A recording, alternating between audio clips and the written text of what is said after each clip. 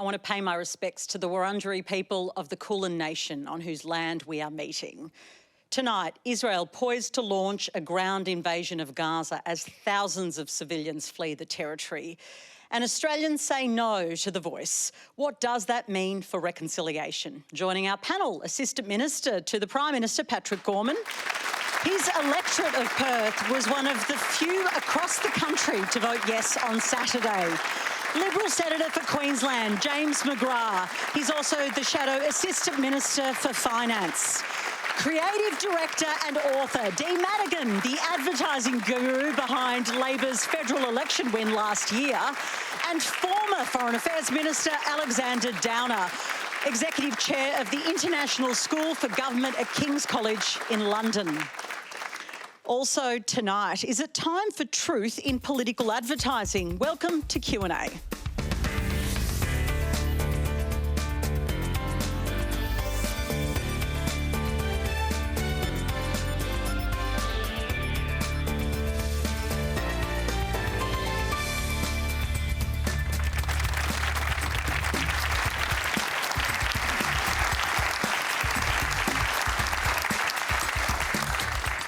Hello, I'm Patricia Carvelis. Before we start this discussion tonight, Independent Senator Lydia Thorpe has informed us that she can't attend tonight because of what she says are ongoing threats from a known terrorist organisation, and has also posted that message on social media, so apologies for those expecting her.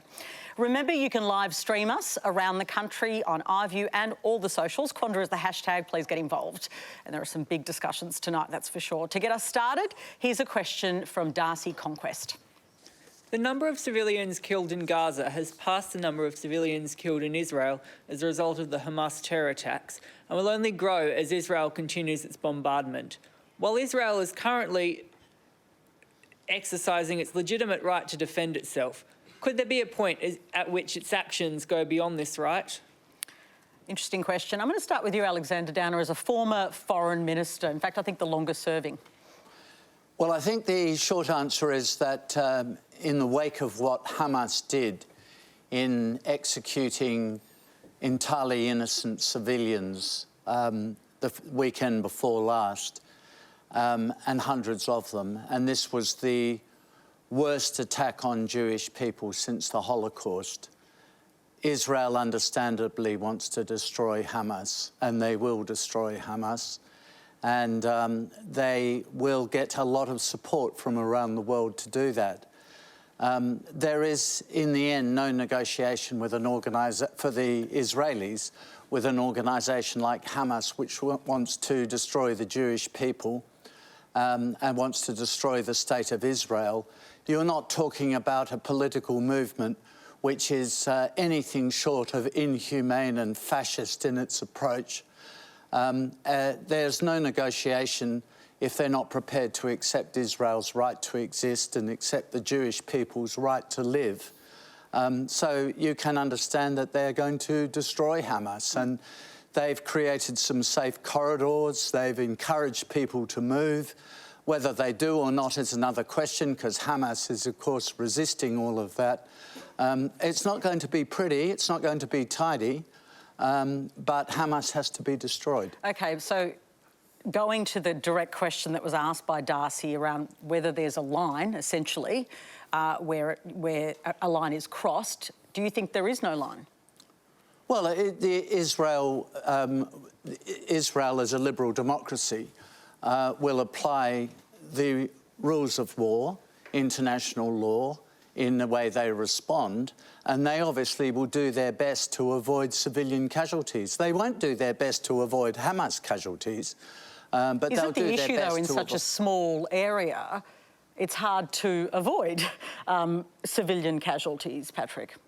Well, Darcy, I think what we're saying, I mean, you're concerned for civilian lives. I don't think there's anyone in this room who wouldn't be concerned about the loss of civilian lives, which is coming about because we have seen a terrorist attack that has shocked us all. We've seen Israel wasn't expecting this to happen. None of us were. It is just it is heartbreaking. I think anyone who's picking up the news day on day is reading more and more tragedy, but also knowing that, rightly so, you can't allow a terrorist attack like that to go unresponded. And that's why when it comes to Israel's right to defend itself and,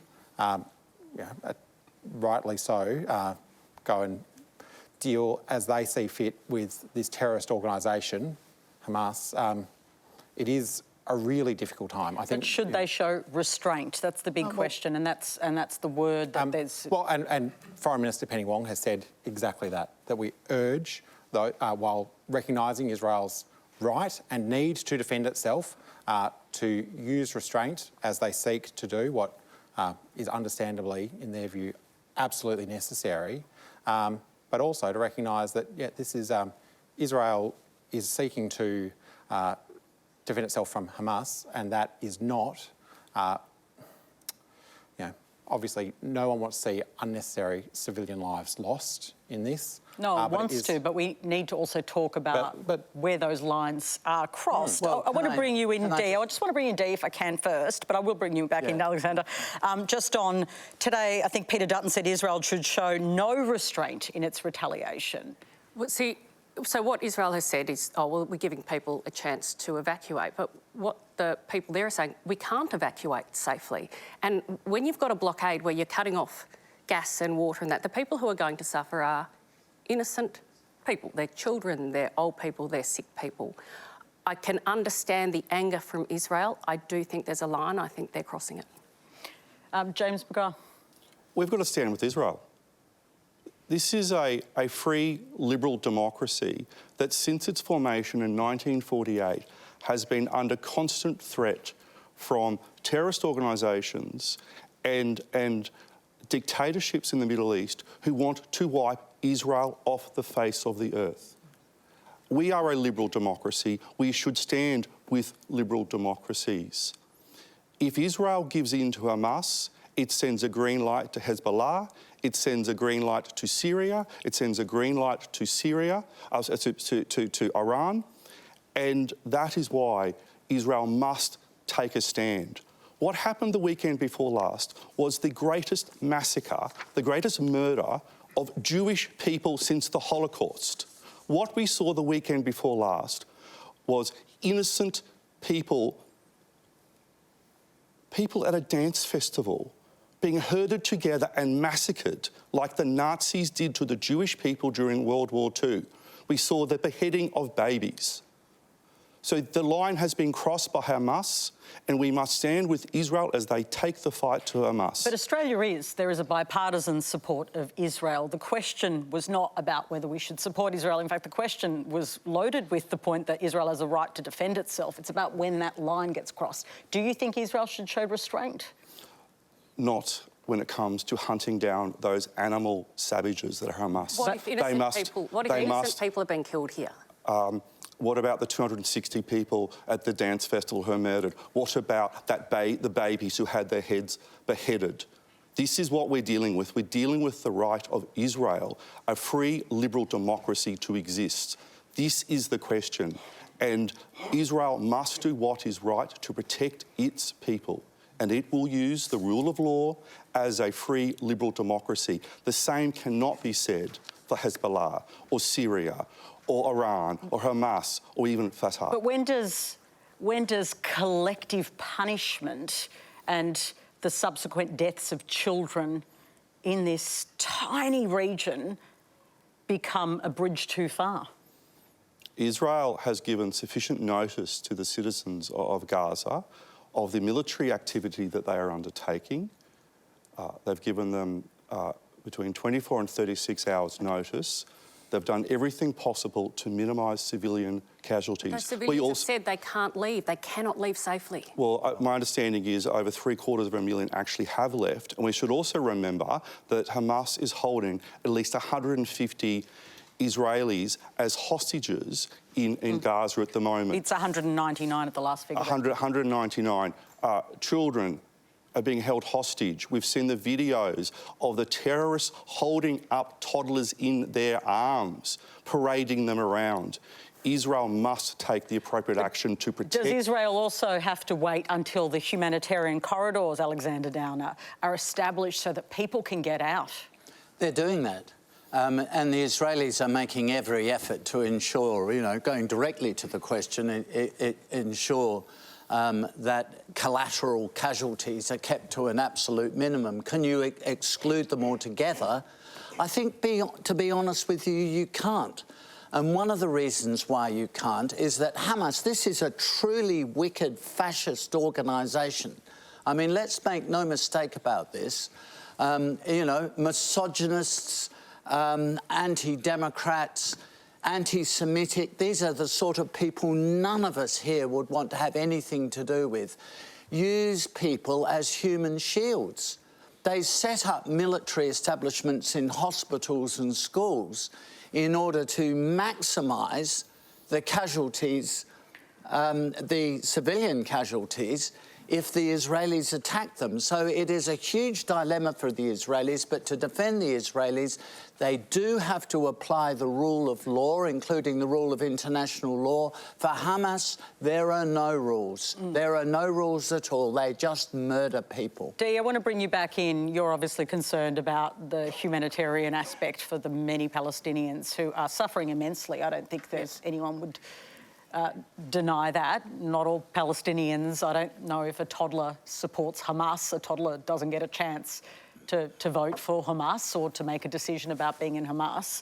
Are you not confident that those humanitarian corridors are available? Well, we're hearing stories here through, families, and I think it's really important to make the point that Australia is a multicultural country, and we have people here from both sides, and they have family over there and they're hearing from them, and they're really horrific stories as well. So I think we need to be really careful with our words. There's never an excuse for anti-Semitism or for Islamophobia, and I think that, as a country, we need to be a little careful on that. We'll discuss the referendum result a little later in the show, and apologies that Lydia Thorpe isn't here. I think it's important to have people with lived experiences on our panels, but she's unfortunately pulled out. But we will discuss it a little later. It's also the topic of our online poll. We're asking you, is reconciliation dead in Australia? You can cast your votes anonymously on the Q+A Facebook and YouTube accounts, or the ABC News X and Instagram accounts, and we'll bring you the results later. Next, we'll hear from Dion Shapiro. My question was for Senator Thorpe, who publicly today supported Palestine in government, but was silent about the anti-Semitic threats faced by the Australian Jewish community. Shouldn't an elected representative have the safety of the Australian community as their #1 concern? She's not here to answer for herself, but you mentioned that. James, I'll bring you in first on this. There has been a lot of discussion about the denouncement of, or the lack of denouncement of anti-Semitism. Well, that's a question for those people to answer in terms of their failure to condemn what happened to the citizens of Israel the weekend before last. I think everybody on this panel and everybody in the audience would condemn what happened the weekend before last. I'm not going to here to speak for anyone else, but I am just genuinely appalled about what happened to those people in Israel, and I am still visibly angry about what happened, and I think Australia must stand by Israel, and if Israel asks for support, we should give that support. Patrick, the Prime Minister has actually been criticised for not being quick enough to denounce the anti-Semitism, and there has been a division actually between your two sides of politics on the pace of the response, the strength of the response. Do you understand that criticism? Do you think some of it is fair? Well, I think you saw the speech that the Prime Minister gave here in Melbourne last week, standing very strongly with the Jewish community here in Australia. You wouldn't think that is a fair criticism. If you saw what he said in Parliament today, you wouldn't think that is a fair criticism. And I've been speaking, I've got a large Jewish community in my electorate of Perth in Western Australia. I've been speaking to them, and what they have said to me is they've appreciated, and I want to point out the strong bipartisan support for Israel and Israel's right to defend itself, but also the strong bipartisan support for the Jewish community here in Australia. And that's not just from the Commonwealth Government. I'd really like to acknowledge that a number of states have stepped up their efforts in providing additional assurance and security advice. I've been speaking to a range of people. I know how concerned the community is, and unfortunately that's exactly what Hamas wants. When they're putting this stuff out on social media, when they're running their propaganda machine, they want people in countries like Australia, where we are so fortunate to be generally a harmonious, multicultural society where we take sometimes our security and safety for granted. They want us to be scared about what might happen here. They want people of the Jewish faith to feel like they are not just under attack in Israel, but under attack across the world. We're doing everything we can to make sure that that is not the reality here. Okay. But I do really acknowledge that it's time that all leaders need to show strong support for those, particularly in the Jewish community here in Australia. Right? Dion, I'd love to hear more about your own story. But firstly, do you feel like there's been a denouncement of the anti-Semitic chant that we heard that was shared on social media from our political leaders? I mean, last week at the Opera House, I think that some of the chants of "F the Jews" and "Gas the Jews" was, you know, it was public, and I actually don't think that there was full condemnation from the Greens party, for example, who today didn't support the motion in Canberra. I mean, there are conversations in Australia about whether Jewish schools should tell their students not to wear school uniforms because it identifies them as students. My daughter's childcare has now had a conversation whether they should have an armed guard stand outside as a protection. So these are experiences happening now in Melbourne and Sydney and in Perth that the recent events are actually affecting Australia. And Dion, how would you describe the sense of fear at the moment in the community? I mean, I've never felt this sort of fear in my life. I mean, I think that this is probably the first time where truly the entire Jewish community is scared of what's going to happen. Is scared of the future. Is scared of how the impact of what's happening in Israel, and to be honest, the protests around the world and where that will lead. What are you worried about, Dion? I mean, personally, I'm worried about my family's safety. I genuinely believe. I mean, there was a neo-Nazi parade of Flinders Street Station over the weekend that, you know, police were standing there and allowed them to get on the train. So I think that this is not new news, but it's kind of feels like it's bubbling up to the surface a little bit more, and it's a lot more visible. Yeah, and I'm just trying to get the sense of, do you feel like our authorities, in terms of the policing and the response, are just not matching the fear that you have? I think that's the protest in Sydney is probably the biggest. I mean, Jews were told not to enter the CBD. So, and that is probably the most concerning time for me. I mean, I know lots of people who are choosing not to wear a kippah on their head in the city because they don't want to show that they're Jewish, and I don't blame them at the moment. I don't think that the authorities are kind of stopping the anti-Semitism early enough. And to be honest, words matter. Yeah. And I think that Senator Thorpe had a chance today, and I think that the Greens Party had a chance today to support the motions by the Liberal and Labor Party, and they chose not to. Well, they're not here. They were invited. Senator Thorpe was invited, though. But Madigan, obviously, and that's not. Thanks for sharing that. I know that's really personal, but I've heard that from a lot of my own friends who are Jewish, that they actually genuinely feel scared to be in Melbourne and Sydney, which is unthinkable.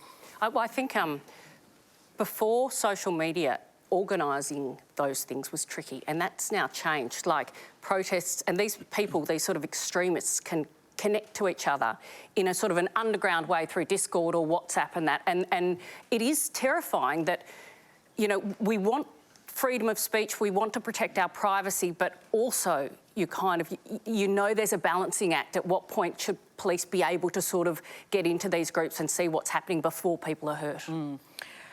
There was a call from your side, I think it was Peter Dutton, about people who might be on visas to be deported. I mean, we don't know if anyone was on a visa, but why is that like the response that was offered?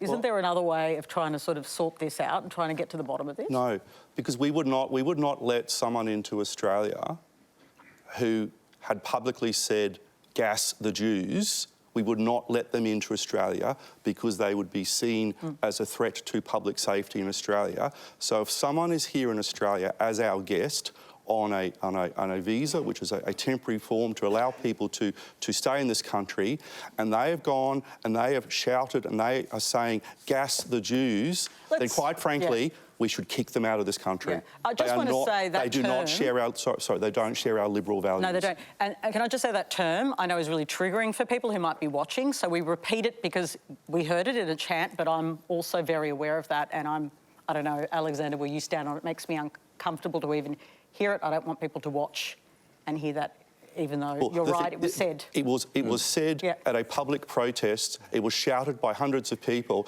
and the one person who was arrested on that evening in Sydney was the one person carrying a Star of David flag. That is the message that the New South Wales Police sent to the Jewish community of Sydney.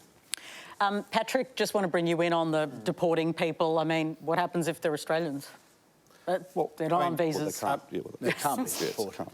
That's what I mean, that's a social cohesion issue. The argument is about, as the British government has been doing this as well, deporting people who, if you like, are on visitors' visas and who join these demonstrations and make grotesque anti-Semitic comments, just boot them out. And it seems to me that, you know, in public life, with public policy, you want to keep it simple. We should be unequivocal in our support of the Jewish community, unequivocal at this time. They should have every confidence that people in authority, state and federal governments, police and so on, are right behind them and will protect them. And if there are people in demonstrations, they're Australian citizens, fair enough, but if there are people in demonstrations who are visitors to this country, on visitors' visas to this country, who are inciting violence and hate, they should be kicked out of the country forthwith. Well, and if you breach your visa conditions because you breach Australian law, then that is almost always what happens. But I think if we go to the other point, which is ultimately, whatever status you are in Australia, whether you're an Australian citizen, whether you are here on a visa, this behaviour is just not acceptable. And I don't want to sort of say that it's, you know, dealt with differently here or there. Like, it's just unacceptable. It's not, and it's actually unacceptable even if you're not in Australia. Like, what we need to be doing is actually saying, calling out, this is hate speech. I won't repeat it. This is hate speech. It is unacceptable. We don't tolerate it. We call it out, and where it breaches Australian law, we deal with it appropriately. I want to go to our next question now, and it's from Daniel Ben-Zikri.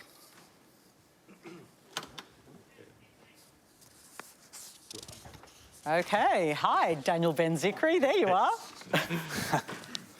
Yeah, thank you to Alex or all the panel.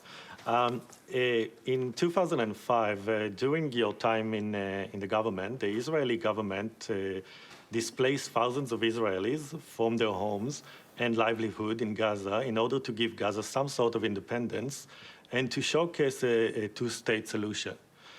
In light of the recent atrocities and the behavior of Hamas throughout those almost 20 years now, do you think a two-state solution will give safety to the people of Israel?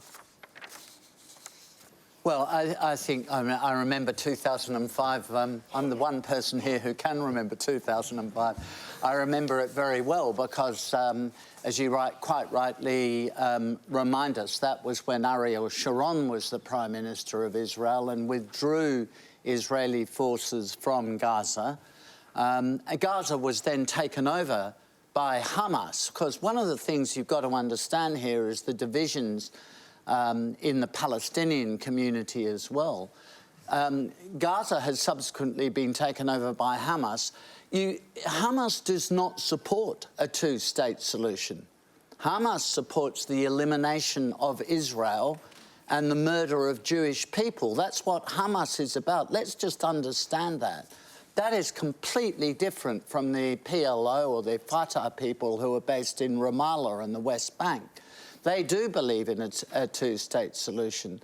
But for as long as Hamas control Gaza, for as long as Hamas are a major player in Palestinian politics, there is no negotiation for a two-state solution. So I've noticed the president of the Palestinian Authority, President Abbas, in the last day or so, has come out and condemned Hamas and condemned what they've done.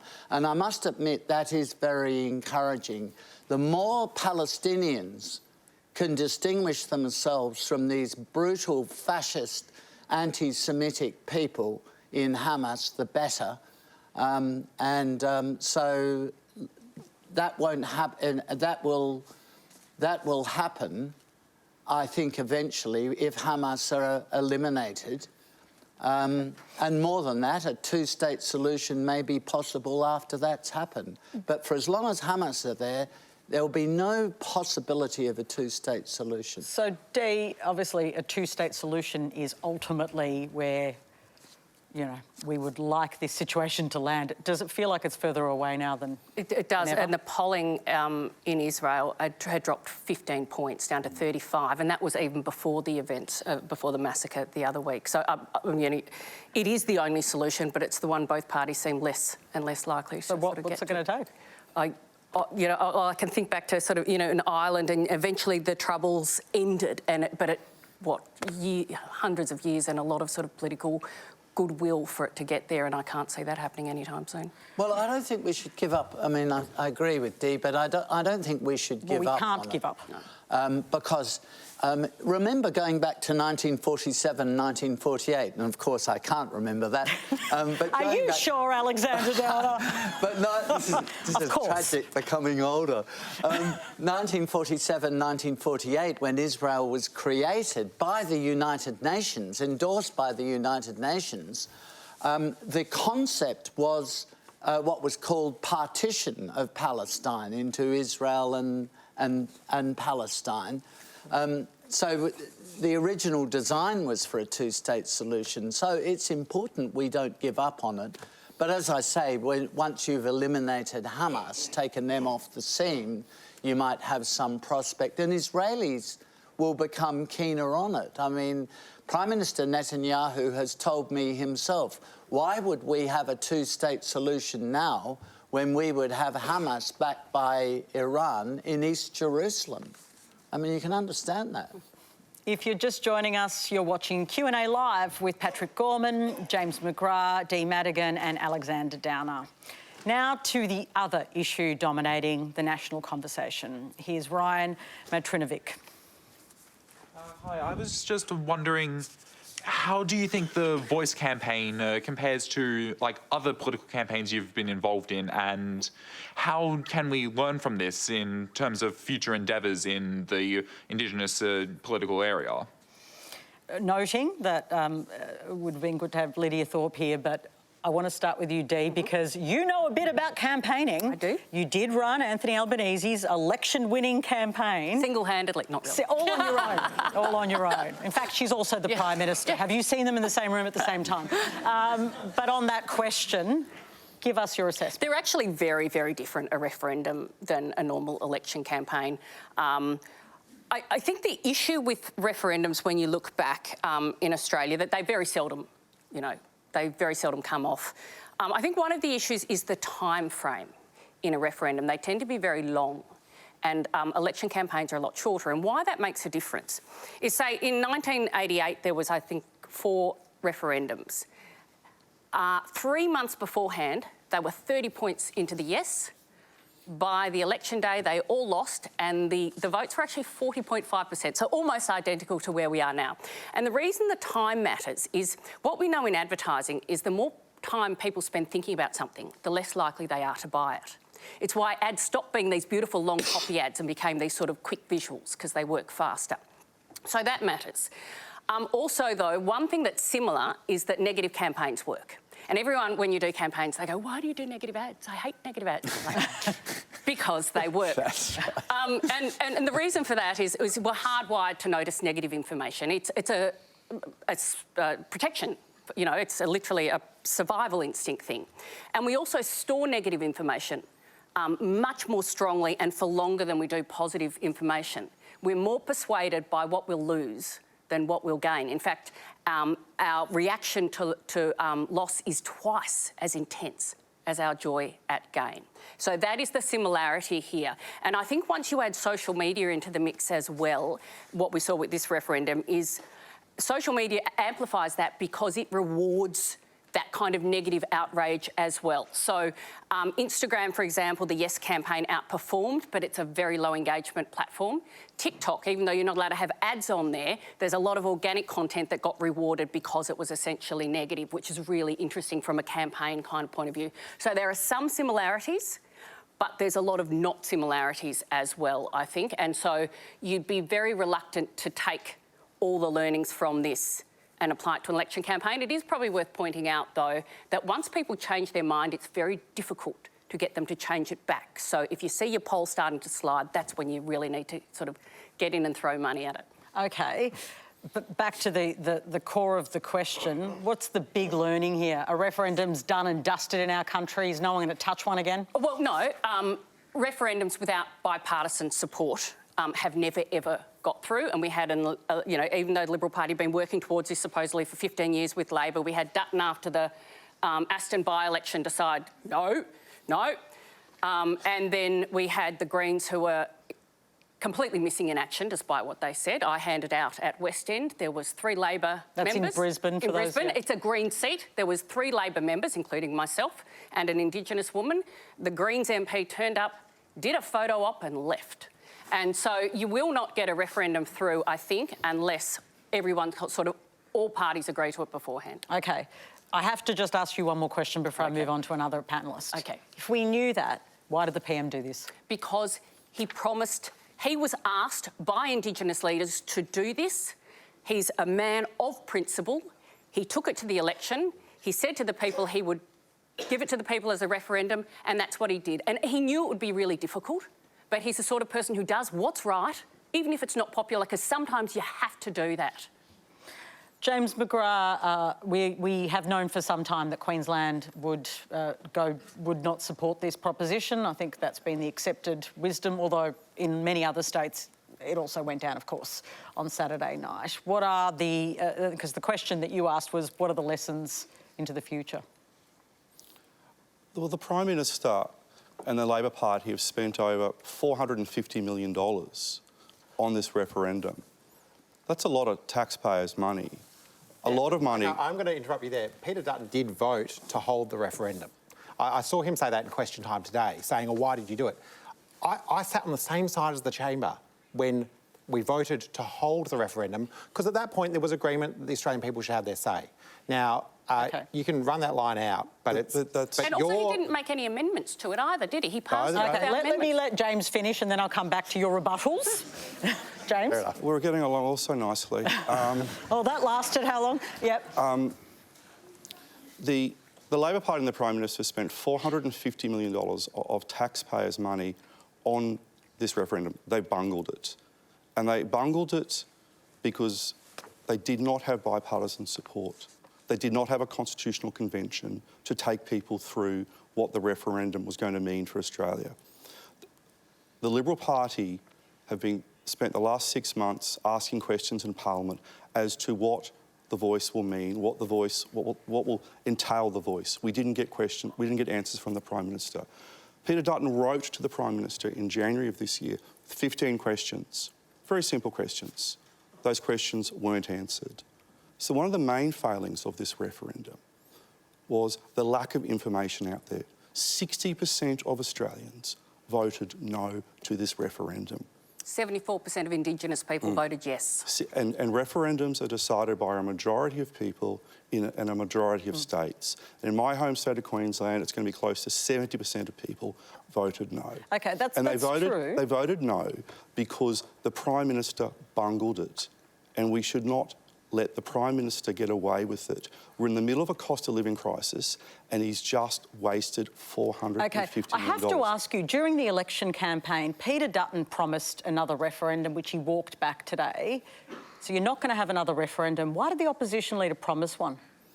It has been the policy position of the coalition for a number of elections to hold a referendum to recognise Indigenous Australians. If you've had it at a number of elections, why didn't you do it? So I'll start again. Sorry. No, but so it has. I want to finish the sentence. We did do it in 1999, by the way. I'm talking about since 2007. So it has been the coalition's position that we should hold a referendum to recognise Indigenous Australians in the preamble to the Constitution.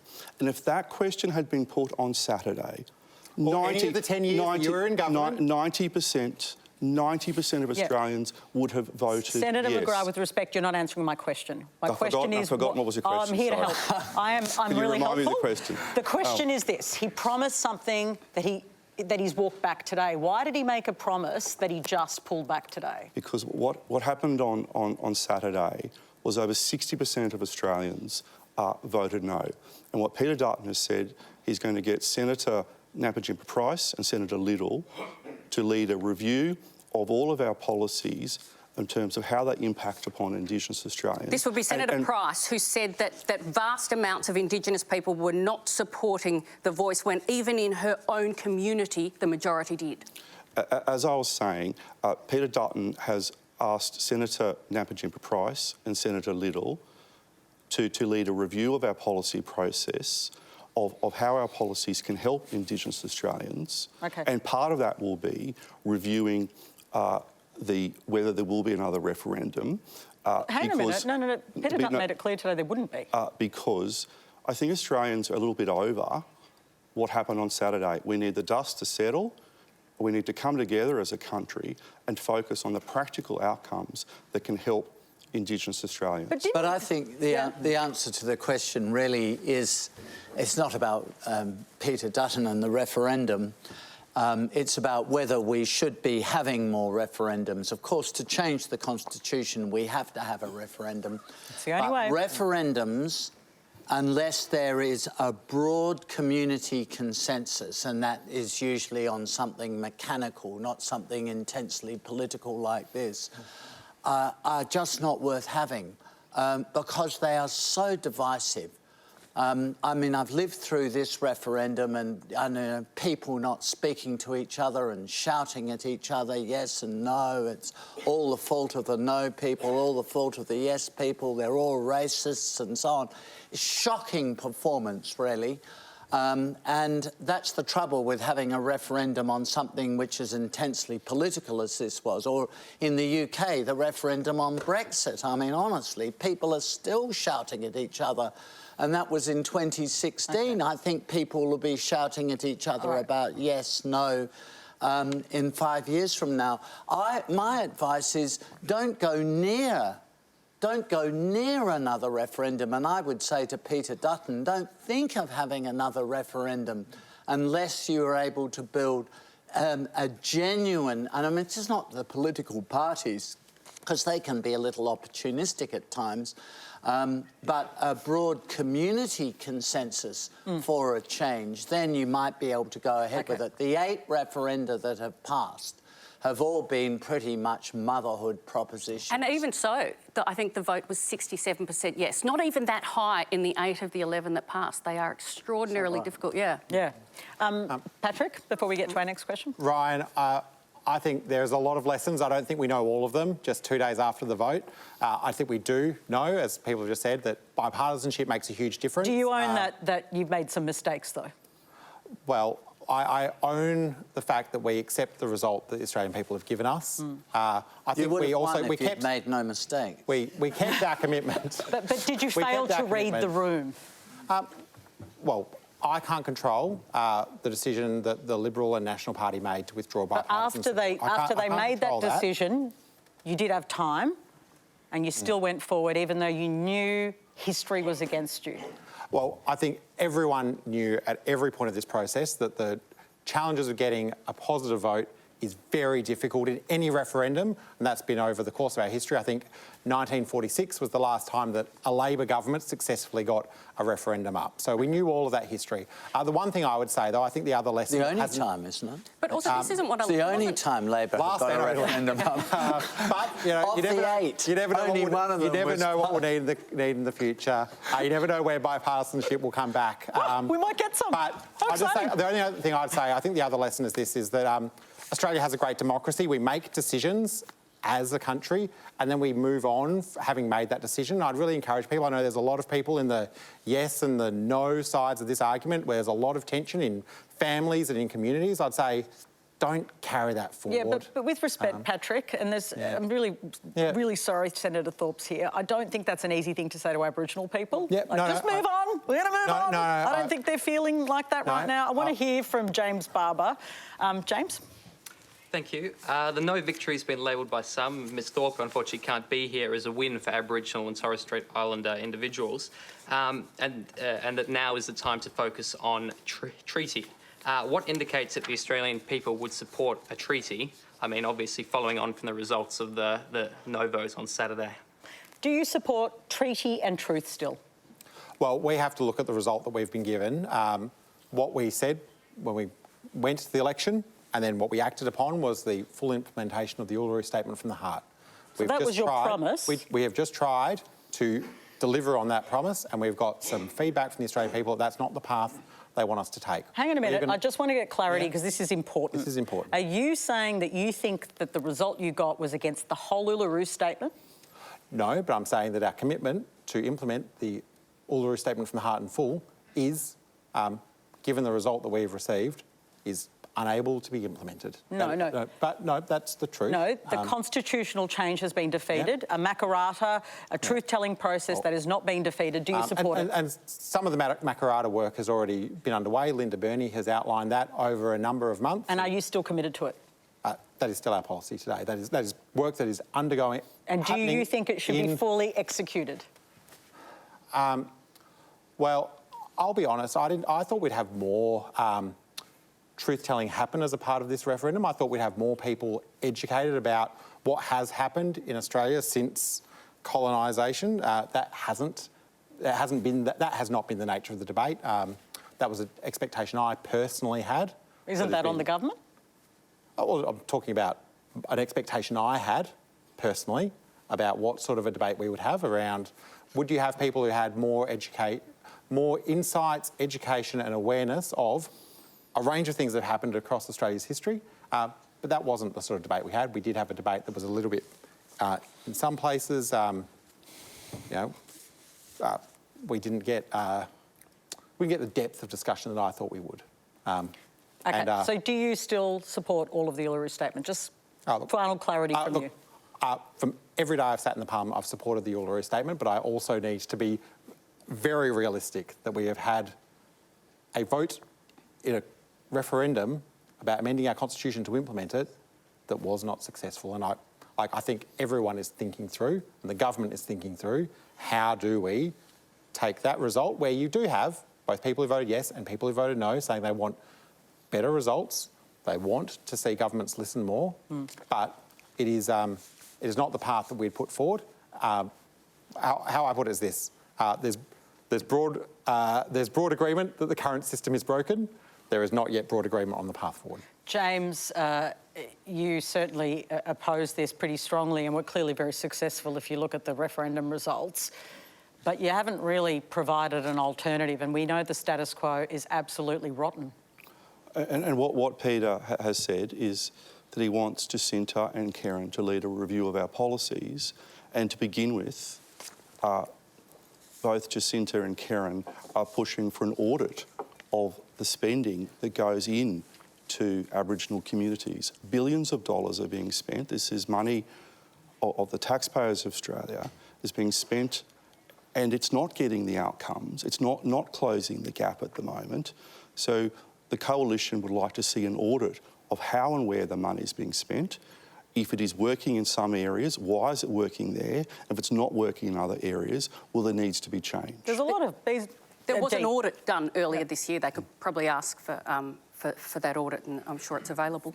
And based on some of that audit, changes have been made in terms of how money has been spent. So, for example, in Alice Springs, there's, I think, a $250 million investment into Central Australia. Alcohol assaults are down 30% since January. There's 40 Indigenous people employed now to patrol the streets and make Alice Springs safer. So there are things being done all the time as a result of the audit. We're talking about an audit of all spending into Indigenous communities across Australia. It's billions of dollars that is being spent. We need to make sure that your money as taxpayers of Australia is being spent appropriately, and as importantly, we need to ensure that the recipients of that, our fellow Indigenous Australians, are getting the support that they need. I want to go to our next question now, and this question's from Dennis Wright. Hi, Dennis. The proposed electoral laws ask for truth in advertising. like the current misinformation bill, who is the final authority? Who is the final authority for what is true? Isn't it better to expose all sides of the argument and let people decide for themselves? Well, Dee, I'm going to start with you. I did call you an advertising guru. Look at, when you say there should be truth in political advertising, everyone goes, yes. Yes, yes. But when you think about how it's implemented, it's much trickier. Now, we do have it in South Australia, but it's a fairly weak way in. So if I run an ad on a political election ad that's going to run on one of the commercial stations, it has to go through a process called CAD, which means you have to substantiate your claims. Beyond that, most of the rules in advertising and political advertising are to do with the last 3 seconds. You know, the spoken and authorised by. There's about 27 pages of rules on how exactly that's got to be laid out, which is just kind of... You seem so relaxed about it. Oh, my God, it drives me mad every time. You have to do it very fast, apparently. You do. So when any organisation registers a really long name, you're like, oh, no, that's 5 seconds of an ad. So, back to the point. The CAD only covers broadcast TV, though. However, it doesn't cover catch-up TV, which is, you know, when you've missed your show and you want to watch it, you know, The Block or something like that, and the ads appear. There's no regulation on that. But the problem is, who's going to decide what's true and what's not true in the heat of an election campaign? The advertising industry doesn't want to touch that because it's an industry-run sort of body. They're like, no. It's too hard because truth isn't as black and white as Jacinda saying that most Indigenous people, or a lot of Indigenous people, didn't support the Voice. That's just factually incorrect. The other problem is most of the misinformation in campaigns doesn't happen in the ads. It happens on unregulated space like TikTok videos or Facebook groups. And also in Australia, because we've got, I think, the most highly concentrated media market in the world, we don't tend to have enough... I'm careful not to attack journalists here, but there probably a lot of statements get put out into the free media, into the press, that aren't questioned enough. They're not factual. They're not factual. And as the saying goes, you know, if someone tells you it's raining and someone tells you it's not, your job isn't to quote them both, it's to open the window and find out. And I feel like there's sort of, you know, in Australia, a little bit more of that could happen. So truth in advertising, yes, it's possible. The other tricky thing is it mightn't survive a constitutional challenge because we don't have freedom of speech in our constitution, but we do have implied freedom of political communication. So it is, in short, a lot trickier than it sounds. In short. Yes. I like that. All right. I want to bring in Jack Lynch now. Hi.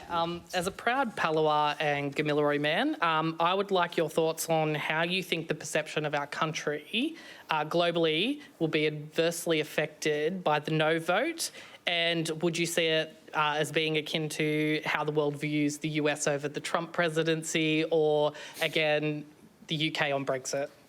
Let's start with you, Alexander. Well, there's a big debate about how the world views Brexit and how the world views Donald Trump. I mean, parts of the world really liked Brexit, parts of it didn't.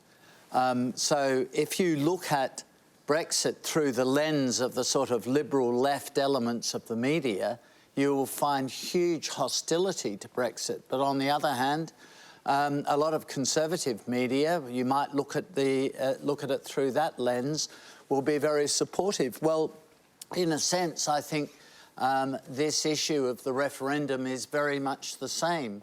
I'm guessing, because I haven't checked the media yet, but I would have thought the London Guardian, the New York Times, Le Monde, El País in Madrid, in other words, the sort of liberal left elements of the media, insofar as they will cover much of this at all, which I'm sorry to tell you they won't, but insofar as they have the slightest interest in this issue, will be very critical.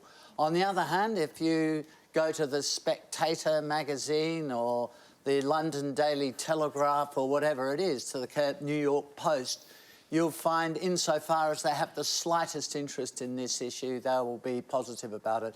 I have to say, from my long experience, when in 1999 I was told that if Australia, you know, by the bien-pensants, as they're often called, you know, what I mean by the bien-pensants, I was told that if Australia voted against the Republic to retain its current situation, it would make my job as the Foreign Minister much more difficult. I'll be honest with you, other than a handful of Brits, I don't think anyone even mentioned it to me. Now, I have been overseas during the life of this referendum campaign, and almost no one, not quite no one. Who did? Who did? I did an interview on the BBC about it. I, as you can imagine, in my characteristically objective way, explained what was going on. I can imagine. How did you describe it, Alexander? Totally balanced. Yeah. But I mean, I wouldn't worry. And the other thing is, I think as a country we should, you know, this is a really successful and mature country. We should get over the cultural cringe and stop thinking, gosh, I wonder what the Brits are going to think about us. I wonder what the Americans... Forget it. Let's do what we think is right. Because let's be honest, we've done a pretty bloody good job over the last few hundred years compared to most of the rest of the world. Not a perfect job, but compared to most countries, we've done pretty well. So thanks very much. Yeah. I'll take no lectures from them. Patrick. I think for the next few weeks there'll be some reporting on Australia's decision, as we would be interested in a similar decision made in another country. What I will say I think we stream on ABC iView into the world here, and I'm sure they are all ring Patricia afterwards to get insights as to how world leaders should respond to Q&A. But what I think we need to be judged on is actually whether we close that gap, how we treat First Nations people in this country, and do we do better having gone through this process of a referendum, or do we actually do worse? I mean, that's what I would say to any foreign leader. That's what I want us to be judged on, is outcomes. I want us to be judged on the gaps that we ourselves have identified and said we want to close faster than we currently are. That's what we will be judged on in the long term, and it's 100% what we should be judged on. And if we're going to go by it so far, not a good judgment, is it, James? In what way? How our country's gone on this measure up until this year. At this point, we've been failures. I think on both sides of politics, we should admit there have been failures, and we can all do better. Yes. I just want to get a sense of whether there is, you know, some reflection on the panel about, you've clearly had a resounding victory and you're one of the no proponents, but how this may be affecting those who really wanted a voice. I know that some of the remote booths, for instance, really had high levels of yes votes. Now, they were dwarfed by a nation, 97% of voting overwhelmingly another way. But, James, do you reflect on that? I don't see it as a victory. Saturday night, I don't think anyone was celebrating. The Liberal Party and the National Party had their positions on the voice. There was an official no campaign that led, and 60% of Australians voted no. There weren't champagne corks popping on Saturday night. There was a realisation we need to do more. We did not think the voice was the right way of doing it. We think practical measures are a better way of doing it, and that's why Peter's getting Jacinta and Karen to lead that review. But I don't like this word victory. I don't think that's a good way of describing what happened on Saturday. But I'm reflecting on how this has impacted on First Nations people in those remote communities who were desperate for it, who clearly were voting for it. But, you know, democracy doesn't work that way. You and I know that, and we accept that. Do you feel for them? I think what they wanted, better health outcomes, better educational outcomes, better employment outcomes, and I think that's the lesson that we all should be taking forward. And if this discussion has raised any difficulties for you or anyone you know, the numbers for Lifeline and 13 Yarn and Kids Helpline are there on your screen. And we can bring you the result of our online poll now. We asked you, is reconciliation dead in Australia? More than 8,700 of you responded. Here's how you voted. 36% of you said yes, 47% said no, and 17% are unsure. And to finish tonight's discussion, here's Jamie Marie Janito. Hi. Now that we've included Australian Indigenous culture within the school curriculum, how can we educate broader Australian society who haven't had the chance to be as thoroughly educated as school students? Dee? Yeah, I'm an ex-school teacher and grew up having no education about Indigenous Australia at all, but I could have named all the tutors. I mean, that's ridiculous. And that has changed, and I think that's really important, and I think that's going to make a difference down the track. Like, one of the people talk about marriage equality and this referendum, and I think the difference is we've all got friends or relatives who are gay and that, whereas with Indigenous Australia, a lot of white people have got no interaction at all, and I think, and no real knowledge of the history and what's gone on. And I think, and I hope, that once that happens through our schooling, things will change. And we did see, young people, voted yes in pretty big numbers. So I'm hopeful that things will change. Patrick? I think, if I think about this and I think about my education, I think about my primary school teacher, Christine McInnes. She was, when I was in year 4, was teaching us about Indigenous and Noongar culture, and that was a pretty odd thing at that time. I'm so grateful she did it. Me and the other students didn't always love it, but I look back and just think how lucky I was to have a teacher who wanted to do that. And now I look at my son, who's in pre-primary. He comes home and teaches me things about Indigenous culture. And so I think one of the things is that intergenerational learning. What people are learning in school today and passing that up to other generations is one of the great ways that we are going to expand that knowledge. OK, so we should rely on our preschoolers. Sometimes they're smarter than us, and that's terrifying. There is no doubt. Alexander Downer, do you accept that we need to be telling some more truth and educating people about the history of Australia, the difficult part of Australian history? Yeah, I mean, I think we're all happy with that. To understand Australia, modern Australia, is partly to understand the original culture of this land. I think that is important. It's also important to understand the culture and the history of the other peoples who have settled here. So I think it's not a question of just dismissing the Tudors. Well, maybe the Tudors. Well, the Tudors were important, actually. Not to most of us. Let's park that for another show. Well, you believe in the parliamentary system of government. You might like to reflect on where that went, where that came from. Not a fan of the That English. doesn't matter. It just turned up, did it? No, it does matter, and it matters. This would be my overall comment.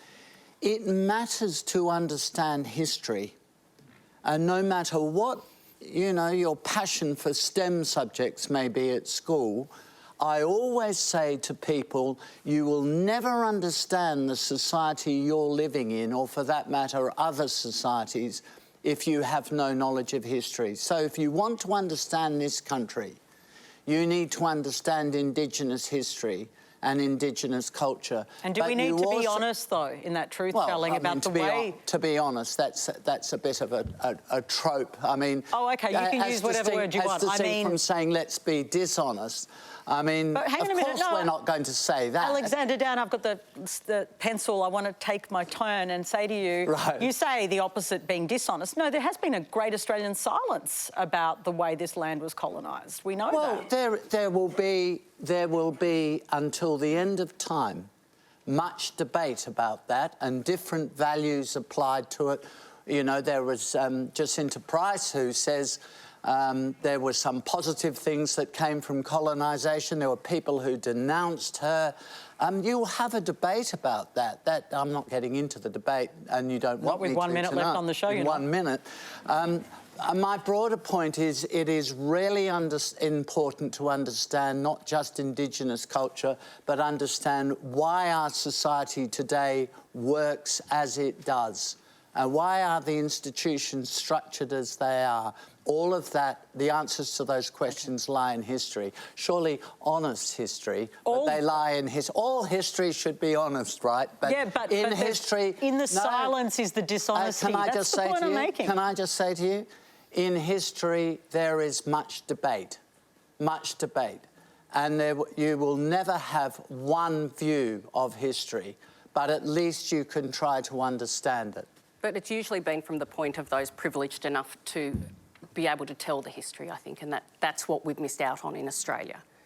Well, I would have thought the left have a particularly good grip on the history curriculum at the moment. I mean, I think in recent years... It's changing. Well, I hope not. You hope so. But, I mean, it's fair enough to have a debate about it. Yeah, I don't think... I'm just helping people yes, to you're so understand the helpful. importance But this of lovely, debate. lovely student, obviously you feel like you're getting a good education on this part of history, am I right? Yeah. It's definitely been implemented in my school curriculum through primary school. I'm currently in year 11, so I'm taking mandatory VC English, and one of our topics in our argument analysis is the voice referendum, where we're learning about the different sides of the voice and what each side is saying. And I found that really beneficial to learn from school and then take that home to my family and have those discussions with my family of what I've learned at school. That's good. Yeah. Yeah.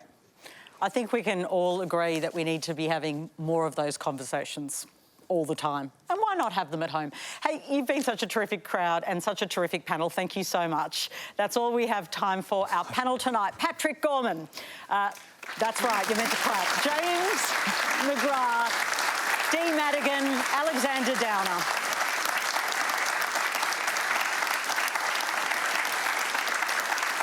And thank you for sharing your stories and your questions. Next week, I'll be with you live in Sydney, joining the panel, Environment Minister Tanya Plibersek, the Greens leader, Adam Bandt, and the Nationals MP, Keith Pitt. Head to our website to register to be in the audience. Good night.